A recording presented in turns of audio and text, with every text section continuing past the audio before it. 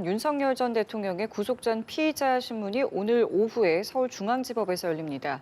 약 넉 달 만에 구속기로에 서게 된 윤 전 대통령의 영장실질심사가 어떻게 진행되는지 취재기자 통해서 알아보겠습니다. 네, 현장에 취재기자 나가 있습니다. 이동훈 기자 나와주시죠.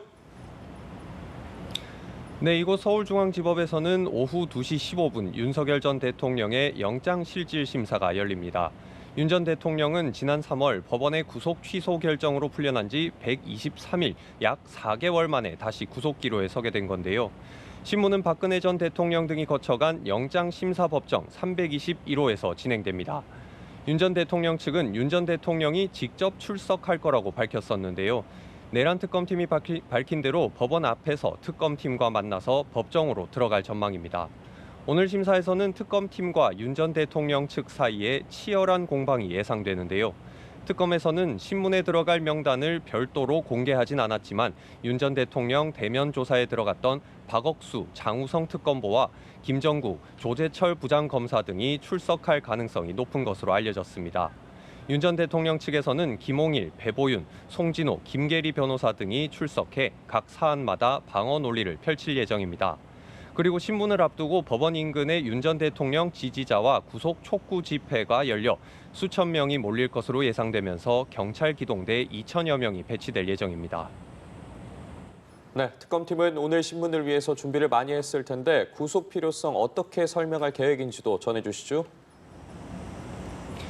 네, 특검팀의 구속영장 청구서에는 체포영장 집행 저지, 국무위원 심의권 침해, 사후 계엄 선포문 작성, 비화폰 기록 삭제 등 8개 혐의가 적시됐습니다.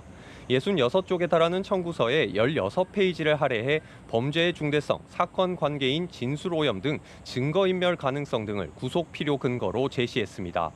특히 특검은 김성훈 전 경호차장, 강의구 전 대통령실 부속실장의 진술들이 윤 전 대통령 측 변호인이 입회했을 때와 안 했을 때 바뀐 점에 주목하고 있습니다.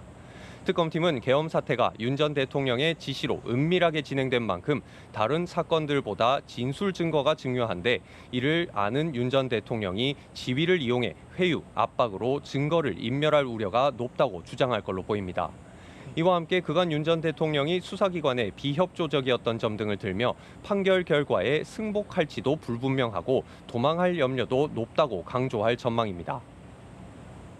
자, 그런가 하면 윤 전 대통령 측에서는 혐의들 또 구속의 필요성 모두 부인하고 있다고요? 맞습니다. 윤 전 대통령 측은 특검이 내놓은 혐의들을 모두 사실 무근이라고 밝히고 있습니다. 변호인단은 앞서 법원의 구속 취소 결정이 있었고 특검의 소환에 응하고 있는 만큼 구속이 필요하지 않다는 점을 강조할 걸로 보입니다. 일부 국무위원만 불러 다른 장관들의 심의권을 침해했다는 혐의에 대해서는 긴급성을 고려해 일찍 올 수 있는 위원들에게 연락했다는 입장이고요. 사후 선포문 작성과 폐기 혐의와 관련해선 강 전 실장에게 문서 작성을 지시한 바 없고 문서 폐기는 잘못 작성된 걸 알고 바로 잡은 것뿐이라고 주장하고 있습니다. 구속영장 청구서에 담긴 총기 휴대 지시 등 체포영장 저지 혐의 역시 지시를 한 적 자체가 없고 비화폰 삭제 혐의는 보안을 철저히 하라는 법령을 따르란 취지로 지시했다는 입장입니다. 또 특검 측이 강조하는 진술 오염에 따른 증거인멸 우려에 대해선 사건 관계인 회유는 없었다고 부인했습니다. 또 윤 전 대통령은 첫 번째 구속영장 청구 당시에는 직접 발언을 하기도 해서 최후 진술 등을 통해 구속 불필요 주장을 이어갈 가능성도 높습니다.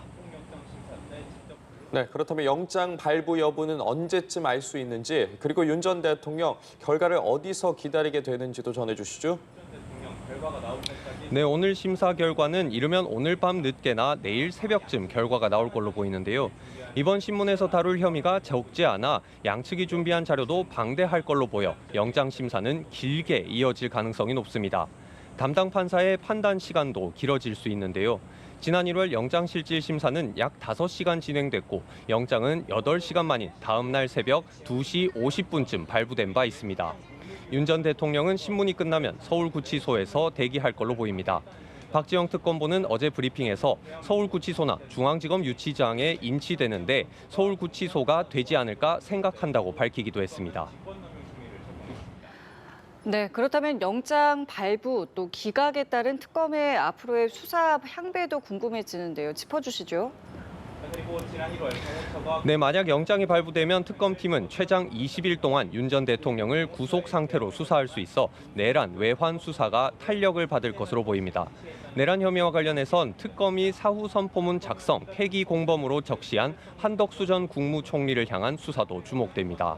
외환 혐의는 김용현, 노상원 등 주요 피의자들이 신병이 이미 확보가 돼 있는 만큼 계엄 정당화를 위한 북풍 공작 의혹, 진상규명에 고삐를 잴 수 있을 것으로 보입니다. 반대로 구속영장이 기각되면 출범과 동시에 일사천리로 빠르게 진행돼 온 특검의 수사도 느려질 수밖에 없습니다. 법원의 기각 사유를 검토해 영장을 재청구하는 방안도 있지만 특검의 수사 기간이 정해져 있는 만큼 부담이 적지 않을 걸로 보입니다. 지금까지 서울중앙지법에서 전해드렸습니다.